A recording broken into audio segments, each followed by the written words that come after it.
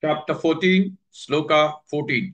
Yada sattve pravriddhetu, yada sattve pravriddhetu, yada sattve pravriddhetu, pralayam yati dehabrite, pralayam yati dehabrite, pralayam yati dehabrite, yada sattve pravriddhetu, pralayam yati dehabrite, यदा सत्त्वे प्रवृद्धेतु प्रलयं याति देहभृत् यदा सत्त्वे प्रवृद्धेतु प्रलयं याति देहभृत् यदा सत्त्वे प्रवृद्धेतु प्रलयं याति देहभृत् यदा सत्त्वे प्रवृद्धेतु प्रलयं याति देहभृत् तदोत्तमविदान् लोकान् तदोत्तमविदान् लोकान् तदोत्तमविदान् लोकान्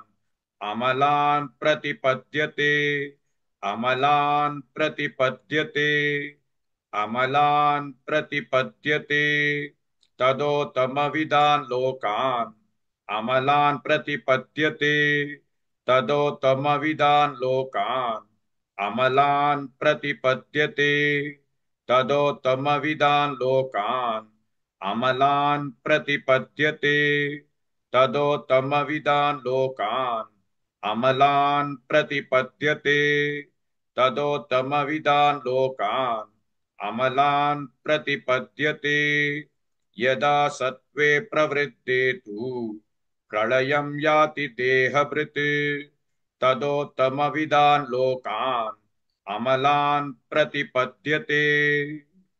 Please like and share this video because you could be instrumental in helping someone around the world recite the Srimad Bhagavad Gita, thereby helping them to have a life of unending opulence, victory and prosperity.